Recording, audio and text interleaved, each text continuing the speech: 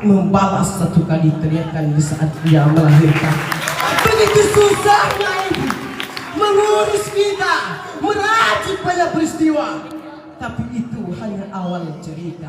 Sedangkan cerita panjangnya ibu dilupakan begitu saja, bagaikan kacang yang lupa akan kulitnya. Saudaraku yang dimuliakan oleh Allah Subhanahu wa ta'ala, jangan pernah kau lawan ibumu. Kalau kau lawan ibumu, kau tidak akan dapat mencium kebahagiaan di dunia. Sekalipun hartamu banyak, kau akan berenang di dalam air mata penderitaan sampai hari kiamat datang.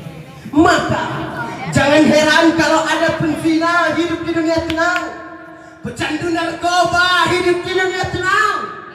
Tapi kalau orang yang durhaka kepada kedua orang tuanya, dia tidak akan mendapatkan ketenangan di dunia, di akhirat pun juga tidak. Karena ada satu dosa yang Allah balas di dunia, di akhirat juga dapat, yaitu durhaka kepada kedua orang tua. Bismillahirrahmanirrahim. Fala takul lahuma uffin wala tanharhuma wa qul lahuma qawlan karima. Maka jangan engkau katakan bagi keduanya perkataan dan jangan engkau membentak keduanya. Maka katakanlah bagi keduanya perkataan yang baik. Quran surah Al-Isra ayat 23. Sehebat apapun engkau, sekaya apapun engkau, kalau kau durhaka kepada kedua orang tua, kalau kau durhaka kepada ibu, kau tidak akan berarti apa-apa. Kalau galah patah bisa disambung, kaca pecah bisa diregang. Tapi kalau hati sudah hancur, kemana obat akan dicari?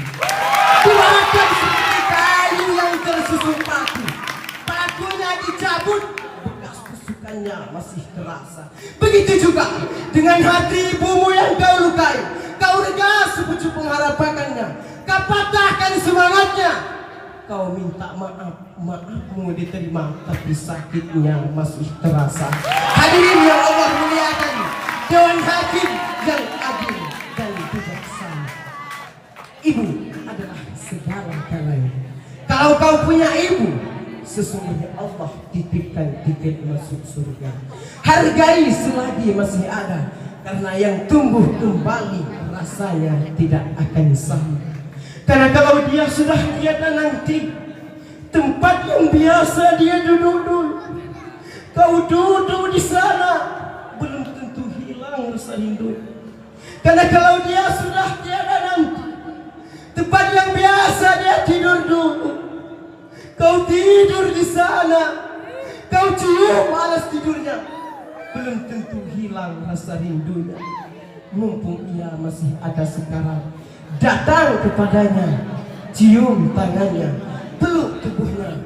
Karena kalau dia sudah tiada nanti, bajunya, kainnya, jilbabnya pun kau cium, belum tentu hilang rasa rindunya. Kalau sudah sampai masanya tiba, itu semua akan menjadi penyesalan semata. Apa yang kita lihat pada malam yang berbahagia ini adalah buah dari berbakti kepada seorang ibu. Hadirin yang Allah muliakan, datang seorang laki-laki yang berkata kepada Rasulullah, "Ya Rasulullah, izinkan aku mati syahid ya Rasulullah. Karena orang yang mati syahid tidak ada hisab, langsung masuk surga." Rasulullah berkata, "Alaka min ummin," kata Rasulullah, "ibumu masih hidup?" "Na'am ya Rasulullah." "Ilzam rijlaiha fasammal jannah." Kau urus telapak kakinya, kau akan mendapat surga di sana. Tak perlu kau mati syahid, tak perlu kau ikut berperang, cukup kau urus telapak kakinya, kau akan mendapat surga di sana. Al-jannatu tahta aqdamil ummahat. Surga berada di bawah telapak kaki seorang ibu. Rasulullah Shallallahu Alaihi Wasallam sebelum beliau wafat, Rasulullah berkata kepada para sahabat, "Wahai sahabatku, nanti akan ada seorang laki-laki yang datang kemari, kata Rasulullah. Mintalah doa dari dia, karena doanya makbul, kata Rasulullah. Para sahabat terheran, ya Rasulullah, kenapa kami harus minta doa dari dia? Sedangkan kami yang hidup bersama ya Rasulullah, sedangkan kami yang ikut berperang bersama ya Rasulullah, kenapa kami harus minta doa dari dia? Sedangkan dia tidak pernah melihat wajahmu ya Rasulullah. Rasulullah berkata, pokoknya kalau dia datang nanti, minta doa dari dia. Tak lama kemudian Rasulullah pun wafat. Pria tersebut datang yang bernama Uwais Al-Qarnain. Kenapa doanya makbul di sisi Allah? Karena dia merawat ibunya. Kalau kau rawat ibumu, doamu akan makbul di sisi Allah Subhanahu wa ta'ala. Ya Rasulullah, siapakah yang patut menerima baktiku ya Rasulullah? Ummuka, ibumu, kemudian baru abuka, bapakmu. Bismillahirrahmanirrahim. Aniskurli wa liwalidayka. Bersyukur kepadaku, kata Allah, dan berbaktilah kepada kedua orang tua. Kita sebagai anak, berbaktilah kepada kedua orang tua. Patuhilah segala perintahnya, selagi itu tidak melanggar aturan agama. Sungguh celaka orang yang masih hidup kedua orang tuanya, tapi dia tidak berbakti kepada keduanya. Di dunia dia celaka, di akhirat pun juga celaka. Hadirin yang dimuliakan oleh Allah Subhanahu wa ta'ala. Dan yang terakhir hadirin, di setiap selesai salat kita, jangan pernah lupakan berdoa kepada Allah Subhanahu wa ta'ala untuk kedua orang tua kita.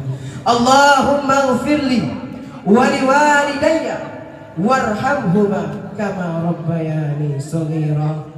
Ya Allah, ampunilah dosaku ya Allah. Ampunilah dosa kedua orang tuaku, dan sayangilah keduanya sebagaimana keduanya telah menyayangiku di waktu kecil. Hadirin yang dimuliakan oleh Allah, dari serahan di atas dapat kita petik beberapa kesimpulan. Yang pertama, bagi yang masih hidup kedua orang tuanya, berbaktilah sesuai apa yang ia minta. Karena kalau dia sudah tiada nanti, ini semua akan menjadi penyesalan semata. Jangan meludah ke sumur yang engkau minum airnya. Dan yang kedua, berbaktilah kepada seorang ibu, karena ibu adalah orang yang sangat luar biasa. Coba kita lihat, ulama mana, tentara mana yang tidak pernah dikandungi 9 bulan 10 hari dalam rahim seorang ibu? Tentara mana yang tidak pernah disusui 2 tahun lamanya oleh seorang ibu? Maka ibu adalah orang yang sangat luar biasa. Karena kalau ibunya baik, anaknya insya Allah menjadi anak yang baik. Tapi sebaliknya, kalau ayahnya baik, anaknya belum tentu menjadi anak yang baik. Contohnya Nabi Nuh alaihissalam.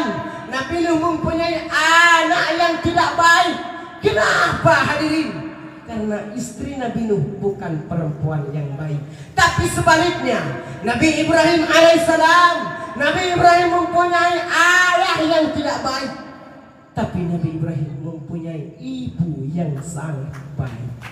Maka dari itu, kita sebagai laki-laki, carilah perempuan, mintalah wanita yang baik-baik, supaya nanti anak kita menjadi anak yang terdidik, menjadi anak yang baik.